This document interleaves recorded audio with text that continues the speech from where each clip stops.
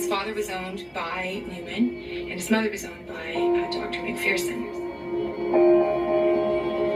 Josiah, when he was about 3 years old, he talks about his earliest memory. The story he recounts is of his mother being brutalized by an overseer. Which we understand is a euphemism for rape. That was a very common everyday occurrence that women who were in slavery had to endure. You had no personal space that couldn't be invaded at the whim of the white population.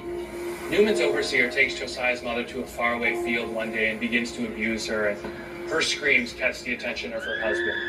He sprints through the fields, and when he sees what's happening, he beats the overseer into the dirt.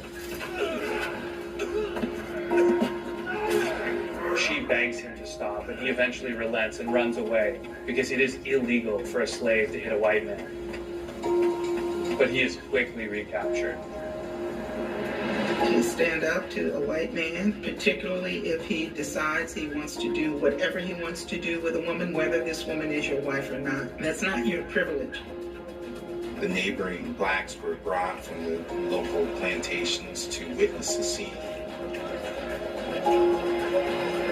There were people whose entire side business was to whip and punish slaves.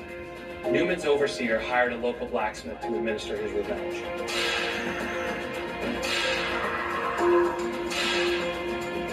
He was struck 50 times on his back, and then they checked to see if his pulse was okay. And then they struck him another 50 times. It was a lesson for everyone to know if you step out of line, that's what's going to happen.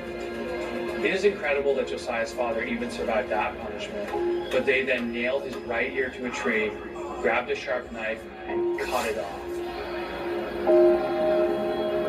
To be whipped to the point where your bone is exposed, or to have your ear nailed to a post and then cut off, these things are not uncommon. Josiah's father bursts into the cabin. He is screaming. The fellow slaves would have had to cauterize the wound to prevent infection. This is Josiah Henson's first memory. Josiah sees multiple things. He's seeing his father be heroic towards his mother. He sees his father being beaten for that. And he eventually sees his father being sold.